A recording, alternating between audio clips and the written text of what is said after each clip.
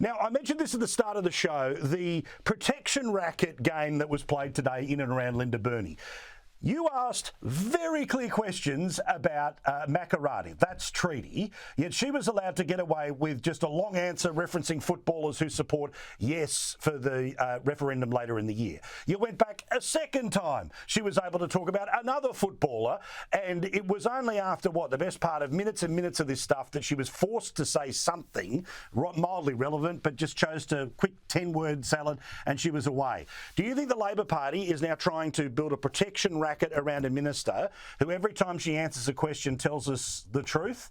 Paul, I don't think there's any doubt about that. And I mean, it would almost be comical, but it's one of the most serious issues that our country's got to deal with. And I think one of the most significant questions that Australians will have to contemplate in their lifetime. The proposal here is, as most Australians now realise, is that we're going to change the Constitution in the most significant way since Federation.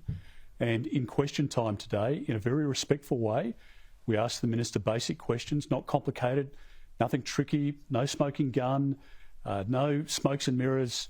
It was just a basic question. The government had provided $5 million for the Makarrati Commission. We asked the Minister what the Makarrati Commission would do. We asked her a second question about whether Commonwealth money would be paid out to individuals as part of a treaty process or truth-telling.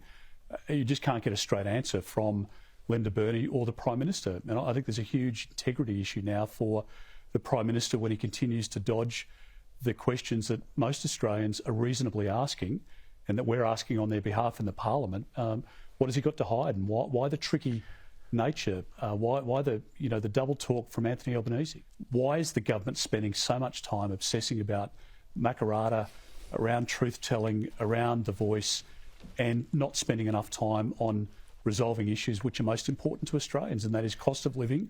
And as I say, with every decision the government makes, every decision that Chris Bowen presides over in the energy portfolio, Australians are paying more and more as a result of those bad decisions. So, yes, I think they're trying to divert attention away from the voice, but it is the most significant issue I think that we'll deal with in terms of a proposal around the change of our democracy. We're seeing in Western Australia now that you can't dig a post hole on a block more than 1,100 square metres without getting a cultural survey study done at the cost of thousands of dollars. And all of these things should be spoken about, and people should be properly understanding them. But I think the Prime Minister looks pretty, sketchy at the moment and refuses to answer a question with a straight answer. And I think most Australians are shaking their head as to why he's being so deceptive.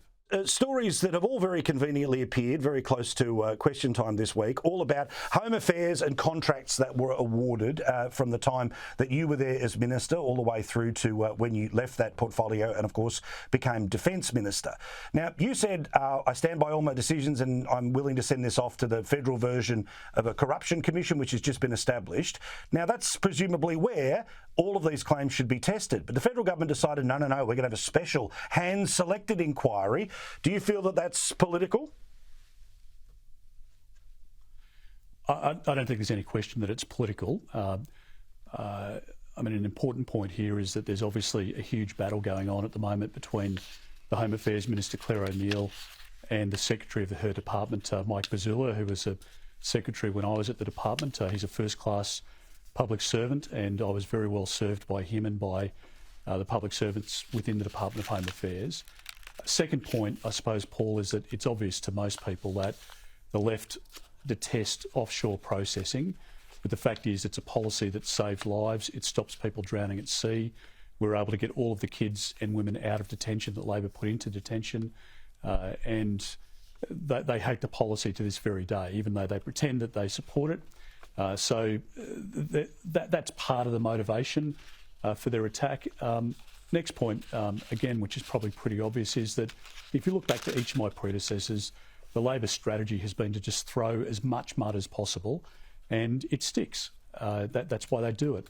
They run the negative ads. They send the B graders like Claire O'Neill out there to run the attack lines and put all of these spurious allegations, and question your integrity and all the rest of it. But I stand by every decision I made in that portfolio. It's a tough portfolio, But ultimately, keeping our borders secure, stopping people drowning at sea requires tough decisions. The Labor Party can throw as much mud as they want at me, but I think the Australian public know this much about me. Firstly, I'm a person of integrity and I don't compromise on my integrity. I stand up for what I believe in. I will never step back from a decision that I believe is in our country's best interests. And Labor can try and reduce my reputation all they want. I don't think they'll be successful, but as I say, there are a lot of issues at play here. And I think we should be proud of the fact that we do have secure borders because of decisions that we made during Tony Abbott's time in government and right up until the period that Scott Morrison was Prime Minister.